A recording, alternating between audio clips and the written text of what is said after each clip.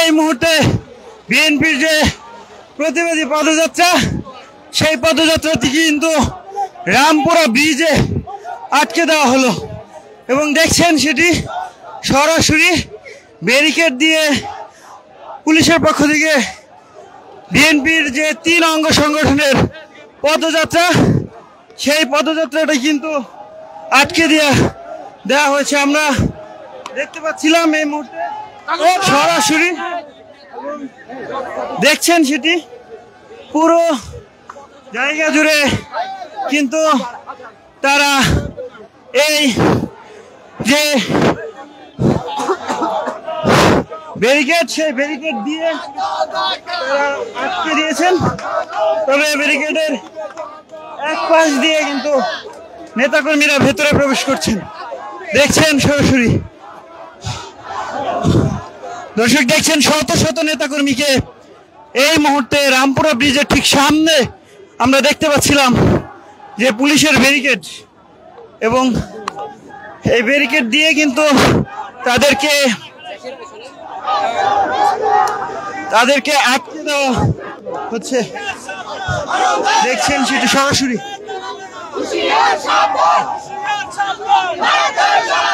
দর্শক এই মুহূর্তে আপনাদেরকে দেখানোর চেষ্টা করছিলাম যে নয়াপল্টনের কেন্দ্রীয় কার্যালয় থেকে যে মিছিলটি এসেছিল, সেই মিছিলটি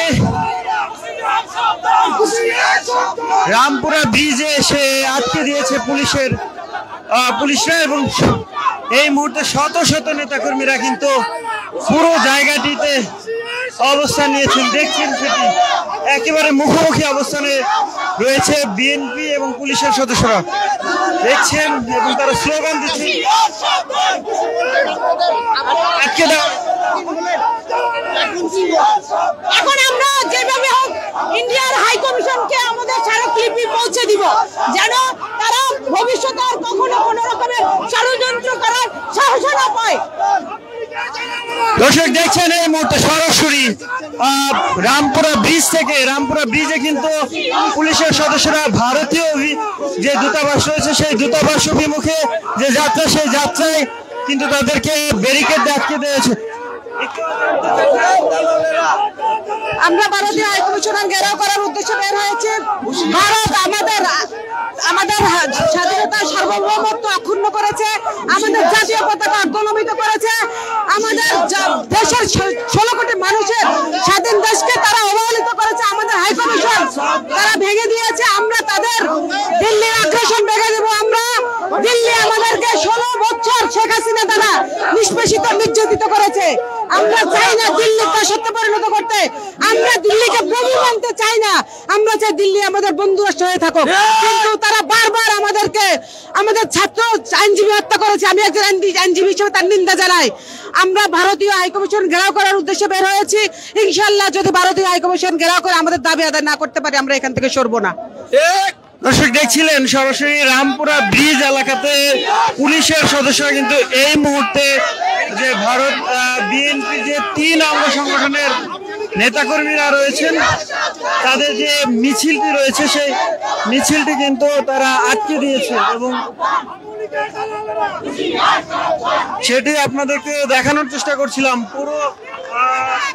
পুরো রামপুরা ব্রিজে এই মুহূর্তে অবস্থান করছে বিএনপির নেতাকর্মীরা, এবং এই যে ব্যারিকেডটি রয়েছে সেই ব্যারিকেড দিয়ে কিন্তু পুলিশ প্রতিবাদী যে পদযাত্রা ভারতের বিরুদ্ধে ভারতীয় আগ্রাসনের বিরুদ্ধে, সেই প্রতিবাদী পদযাত্রায় কিন্তু তারা এই মুহূর্তে বাধা তৈরি করেছে। এবং জানেন যে কূটনৈতিক এলাকায় কোনো ধরনের বিক্ষোভ মিছিল সেটা কিন্তু করা নিষেধ। এরপরেও কিন্তু ভারতীয় দূতাবাস অভিমুখী যে যাত্রা সেটি তারা করেছিল, এবং সেই আজকে বেলা 10টা থেকে তাদের যে কেন্দ্রীয় কার্যালয় রয়েছে সেই কেন্দ্রীয় কার্যালয়ের সামনে তারা এই পদযাত্রাটি শুরু করেন, এবং সেই পদযাত্রাটি এই মুহূর্তে কিছুক্ষণ আগে রামপুরা ব্রিজ এলাকায় যখন আসে 12:30 দিকে, ঠিক তখনই কিন্তু পুলিশের পক্ষ থেকে আমরা দেখেছি এখানে একটি ব্যারিকেড তৈরি করে রাখা হয়েছে, কাঁটাতারের ব্যারিকেড।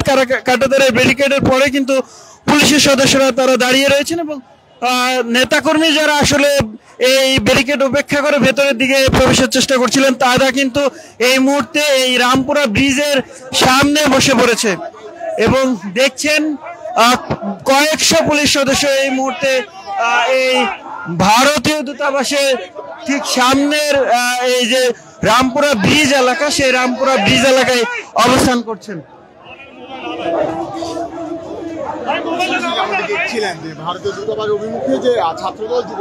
আমরা যে বিএনপির 3 অঙ্গ সংগঠনের যে যৌথ প্রতিবাদী পদযাত্রা, সেই পদযাত্রাটা কিন্তু এই মুহূর্তে রামপুরা ব্রিজে এসে অবস্থান করছেন এবং তারা আসলে সামনের দিকে অগ্রসর হওয়ার চেষ্টা করছিলেন।